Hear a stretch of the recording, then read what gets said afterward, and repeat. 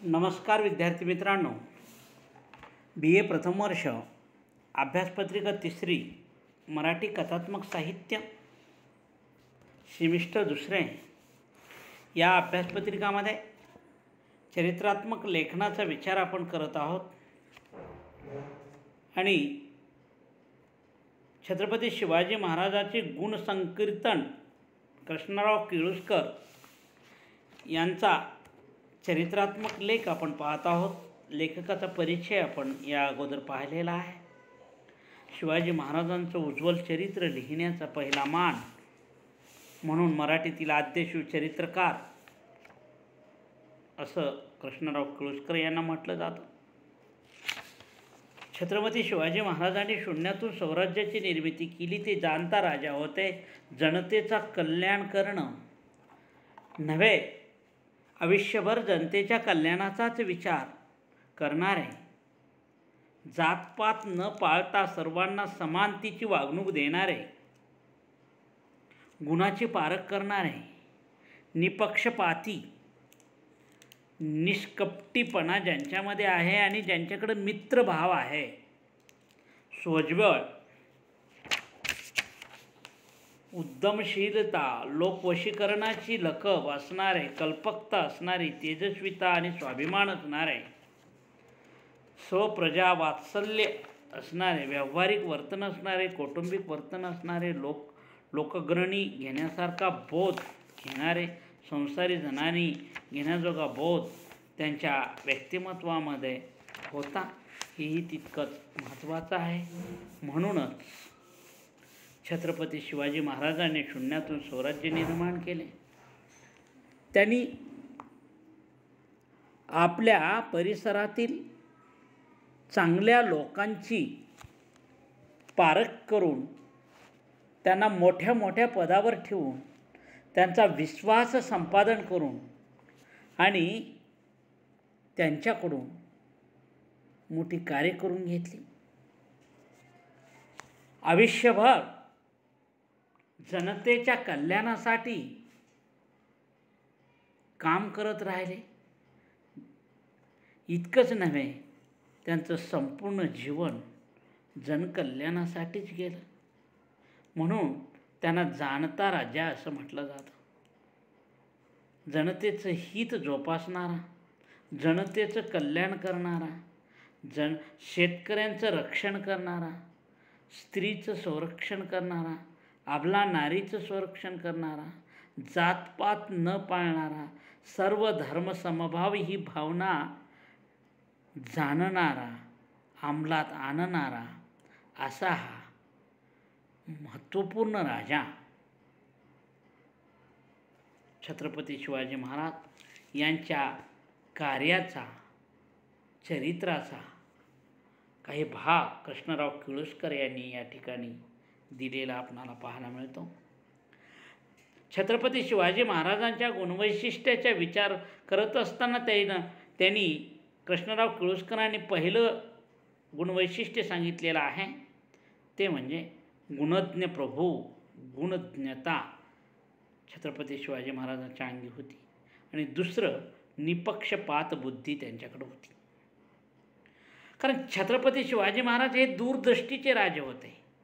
प्रशासन कसं करावं, मैत्री कशी निर्माण करावी, कुटुंब कसं चालवावं, कुटुंबाला आणि जनतेंना कशा पद्धतीनं वर्तणूक करावी, शेजारच्या राजासोबत कशा पद्धतीचं आपलं वर्तन असलं पाहिजे, या सगळ्या गोष्टीची दूरदृष्टीपणा त्यांच्याकडे होती. खरा प्रभू होता, लोकसंग्रह करणारा प्रभू, खरा गुणज्ञ व गुणाची बूज करणारा असला पाहिजे. आणि ती गुणग्राहकता महाराजांच्या अंगी होती. ही एक अलौकिक शक्ती, गुणाची पारख करण्याची अलौकिक शक्ती छत्रपती शिवाजी महाराजांकडे होती. कारण त्यांच्या अंगच्या वर्धमान योग्यतेच्या मानाने त्याची बढती केवळ निपक्षपात बुद्धीनं करावी असा त्यांचा अभ्यासक्रम असे. कारण एखाद्या व्यक्तीच्या गुणाची पारख करून निपक्षपातीपणे त्याची बढती करण्याचं काम ते करत असत. हा त्यांचा क्रमच आहे. आपला मित्र किंवा आपला सुहृद संबंधी आहे याला मोठी पदवी, मोठ्या मानाची किंवा किफायतदारीची कामगिरी सांगावी असा पक्षपात ते कधीही करत नसत. जो लायक व्यक्ती आहे, खरा व्यक्ती आहे, त्याच्याशीच त्यालाच ती पदवी देत असत. खऱ्या लायक माणसांच्या हक्काचा विचार करून तंतोतंत न्यायाने त्याची योग्यता वाढवावी असा त्यांचा नियम असे. ज्याला त्याला अशी पूर्ण खात्री अशी की आपल्या गुणाचा, कर्तृत्वाचा योग्य विचार करून आपली बढती करणारा असा हा खरा गुणज्ञ प्रभू आहे. आणि दुसरा एक उत्कृष्ट गुण लोकनायकाच्या अंगी असा होता की आपल्या पदरच्या लोकांच्या ठाई विश्वासूपणा उत्पन्न करण्याची हातोटी त्यास उत्तम साधलेली होती. विश्वासूपणा निर्माण करण्याची हातोटी. कोणाला एखादे किती महत्त्वाचे काम सोपवल्यावर ते बजावण्यासंबंधी त्यांच्यावर ते पूर्ण भरोसा टाकत असत. सुरुवातीला भरोसा ठेवण्यास तो मनुष्य लायक आहे की नाही हे नीट पाहायचं. मग त्याच्यावर भरोसा टाकला म्हणजे त्याच्याविषयी सहसा संशय व्यक्त करायचा नाही असा त्यांचा क्रम असा. आणि एखाद्याबद्दल सहसा संशय आला, कुणी द्वेषी मत्सरी मनुष्याने महाराजाचे मन जर क्लुप्पित केलं तर त्याची त्याच्या कानास लागण्याची प्रज्ञा नसे. अशा लावालावी करणाऱ्या मनुष्याला ते जवळसुद्धा घेत नसेल, आपल्या जवळसुद्धा येऊ देत नसत. कोणाच्या लौकिक वर्तनाविषयी अमंगळ संशय आला तर त्याची माहिती ती गुप्तहेराकडून घेतात. गुप्तहेरानं जरी सांगितली तर ती तपासून पाहतात. योग्य अयोग्य याची शहानिशा करण्याची लकव, कारण न्यायनिवाडा करत असताना योग्य न्याय देण्याचं काम ते करत. म्हणून गुणज्ञता आणि निपक्षपात बुद्धी त्यांच्याकडे होती. म्हणून नेकीने व दक्षतेने आपली कामे करत असत. आपणास आपल्या हुद्द्यावरून दूर होण्याची भीती या प्रभूकडून कदापि नाही. हा असा प्रत्येकावर पूर्ण भरोसा टाकल्यामुळे व त्याला आपल्या हुद्द्याविषयीची निश्चित शाश्वती वाटत असल्यामुळे लोकांच्या ठाई इमान, स्वामीनिष्ठा, सहकार्य, दक्षता इत्यादी वृत्तीचा विकास होत गेला. म्हणून छत्रपती शिवाजी महाराजांच्या अंगी गुणज्ञता आणि निपक्षपात बुद्धी होती. कारण तो जाणता राजा होता, दूरदृष्टीचा राजा होता. प्रत्येकाच्या वास्तविक गुणाची पारख त्याने करून घेतलेली होती. लोकनायकांच्या अंगी अशा पद्धतीची गुणवैशिष्ट्ये होती. दुसरं आहे निष्कपटीपणा व मित्रभाव. लोकसमूह करणाऱ्या लोकनायकाच्या हातून पदरच्या लोकांशी निष्कपटीपणाची व मित्रत्वाचे वर्तन होते. ज्यावर एक वेळ विश्वास टाकला त्याच्याशी ते कधीही कपटी मनाने वागत नसत. हा महाराजाचा हक्कंडा होता. विश्वासू कामगाराशी केवळ प्रांजळ बुद्धीने ते वागत असत. आदरपूर्वक ऐकून त्याचे विचार, त्याचे मत, त्याच्या भावना आदरपूर्वक ऐकून घेत असत. आत एक आणि बाहेर एक अशी महाराजांची कधीच वृत्ती नसती. त्यांनी कधी जातीयता, विचाराच्या दृष्टिकोनातून दुजाभाव कधी केलेला नाही. खरं ते खरं, खोटं ते खोटं. आपल्या हाताखालचे लोक आपल्या मित्रासमान आहेत असे समजून त्यांच्याशी ते खऱ्या प्रेम भावनेने वर्तन करत असत. आपला स्वाभिमान, आपली इज्जत कायम राखून प्रभूची सेवा आपणास करता येईल आणि त्यांच्या स्नेहयुक्त वर्तनामुळे प्रत्येकाच्या ठाई त्यांच्याविषयी प्रेम व अभिमान या वृत्ती उत्पन्न होत असत. कारण छत्रपती शिवाजी महाराजांचा हा गुणच तसा होता, निष्कपटीपणा व मित्रभाव. त्यामुळे काम करणारे, त्यांच्या दरबारामध्ये काम करणारी जी काही मंडळी होती ती प्रेमभावाने, अभिमानानं, आदरयुक्त रीतीनं, स्वाभिमान राखून, इज्जत कायम ठेवून, महाराजांचा अपमान होणार नाही अशा पद्धतीनं महाराजाची इज्जत कशी वाढेल, महाराजाचा लौकिक कसा वाढेल याच हेतूनं आपलं कार्य करत असत. महाराजाची एक झरब होती. महाराजांची प्रशासनामध्ये एक वेगळी झरब या शब्दाचा अर्थ दरारा, राजाचा दरारा, धास्ती, दहशत, पण ती प्रेमयुक्त झरब. महाराज ज्याप्रमाणे आपल्या अधिकाराची मित्रभावाने आणि आदराने वागत तशी त्यांची त्यांच्या कार्यनिष्ठावर झरब होती. आपल्या कामामध्ये जर कोणी कुचराई केली, कोणी कारवानी शिरजोर होऊ लागले, महाराजाच्या वरचढ जर होऊ लागले, कुचराई जर झाली तर त्यांची कधीच त्यांनी हायगाई केलेली नाही. मोठा अंमलदार असला तरी त्याबद्दल योग्य शासन करण्यात महाराज कधीही मागं पुढं. एखाद्या अंमलदाराचं जरी चुकलं तर त्याला मोठी शिक्षा देण्याचं काम ते करत असत आणि अशा पद्धतीची शिक्षा ते सर्वसामान्य जनतेच्या समोर देत. त्यामुळं जनतेला त्यांचा दरारा समजून येईल, प्रशासनाला त्यांचा दरारा समजून येईल. कारण चुकीला माफी नाही. एक वेळ चूक झाली तर त्याला समजून सांगत असत, पण दुसरी वेळ जर चूक झाली तर त्याला माफी करत नसत. आणि जी चूक समजण्या इतकी नसेल तर त्याला शिक्षा मात्र महाराज करतच असत.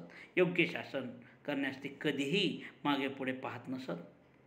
त्यामुळं आपला बाहेरचा जवळचा अंमलदार, गरीब श्रीमंत असा त्यांच्याकडे भेदभाव नव्हता. सगळ्यांना सारखा न्याय होता आणि सर्वांना सारखी शिक्षा होती. त्यामुळे त्यांचा दरारा सर्वांवर सारखा होता. म्हणून करडा अंमलदार असल्याकारणाने त्याशी इतक्या लोकांवर पूर्ण ताबा चालवता येऊन त्याच्याकडून हवी ती कामगिरी करून घेता आली पाहिजे. म्हणजे करडी नजर सगळ्या लोकांवर, कार्य करणाऱ्या प्रत्येकावर करडी नजर शिवाजी महाराजांची होती. त्यांचा दरारा तशा पद्धतीनं होता. राजाची सेवा इमानाने हुशाऱ्याने केली तरच राजाची कृपा आपल्यावर कायम राहील, नाहीतर त्यांची शिक्षा आपणाला भोगावी लागेल.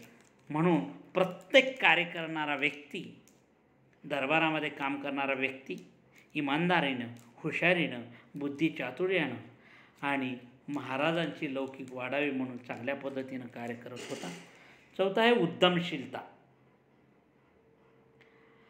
हा असा दरारा राहण्यास आणखी एक गोष्टीची महाराजास पूर्ण अनुकूलता असे. ती गोष्ट अशी की त्या स्वतः अंग मोडून मेहनत करण्याची लहानपणापासून सवय असून राज्यप्राप्तीस व राज्यव्यवस्थेत लागणाऱ्या हरेक गुणाचा व कर्तबगारीचा विकास त्याच्या ठायी उत्तम प्रकारे झाला होता.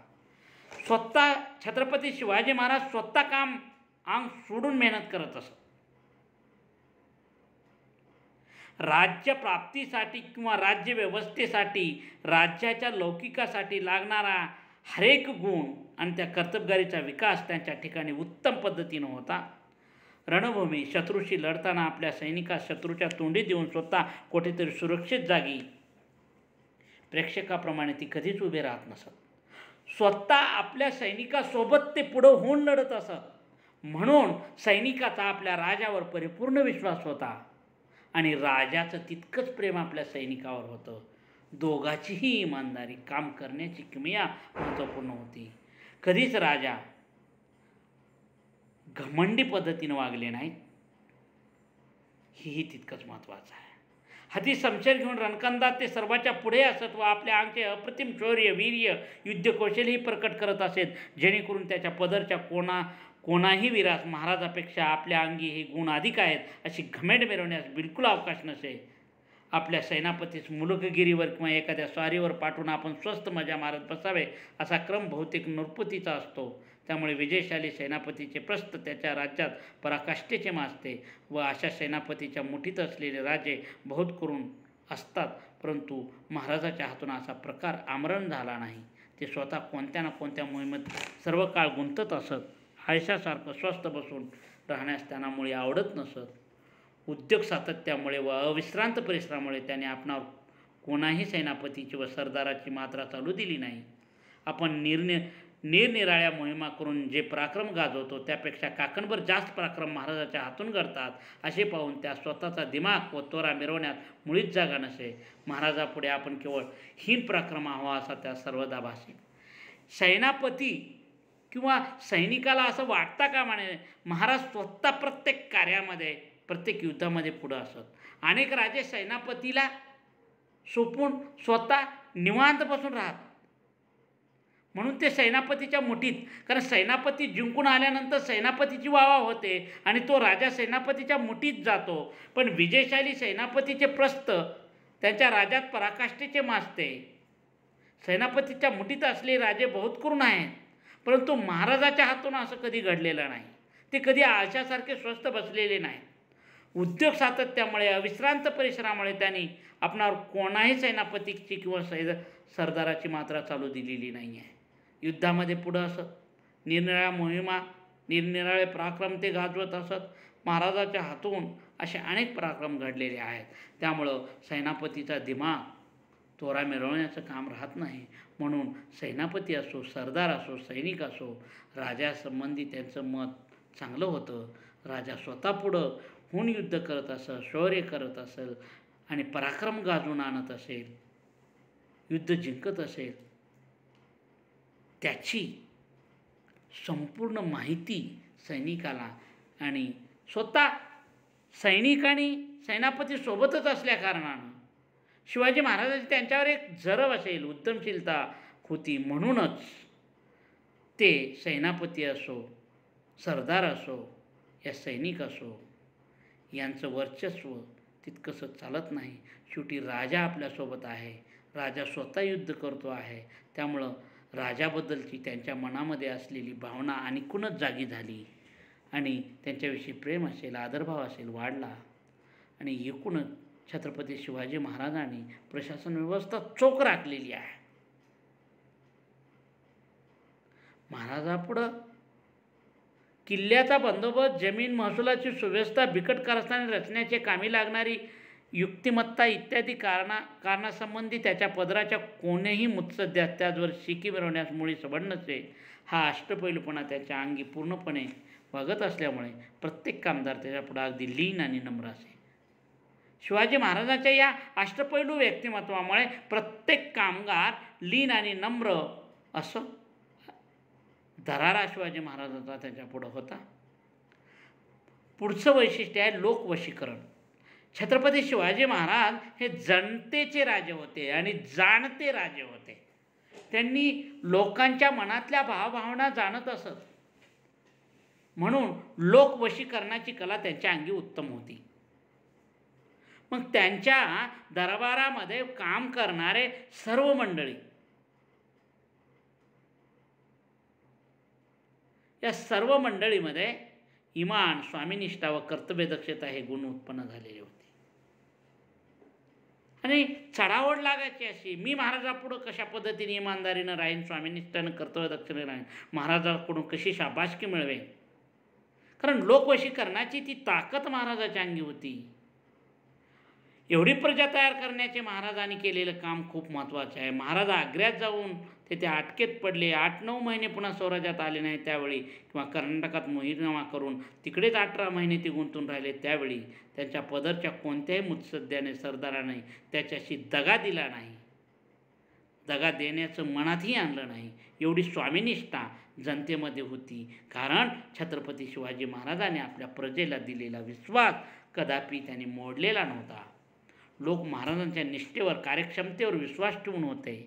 कारण महाराजांनी जनतेवर, प्रजेवर अफाट प्रेम केलं होतं. म्हणून जनसामान्याला, जनतेला वश करण्याची ताकद. म्हणून छत्रपती शिवाजी महाराजांच्या काळात शेतकरी दुःखी नव्हता, स्त्री दुःखी नव्हती, मजूर दुःखी नव्हता, गरीब दुःखी नव्हता. प्रत्येकाला सुखी ठेवण्याचं काम छत्रपती शिवाजी महाराजांनी केलेलं आहे. त्यानंतर कल्पकता हे गुण वैशिष्ट्ये आपण उद्याच्याला पाहू. बाकीचे गुणवैशिष्ट्ये आपण उद्याच्याला पाहू. इथं थांबू. छत्रपती शिवाजी महाराजांची गुणवैशिष्ट्ये आपण पाहत आहोत. इथं आपण थांबू. धन्यवाद.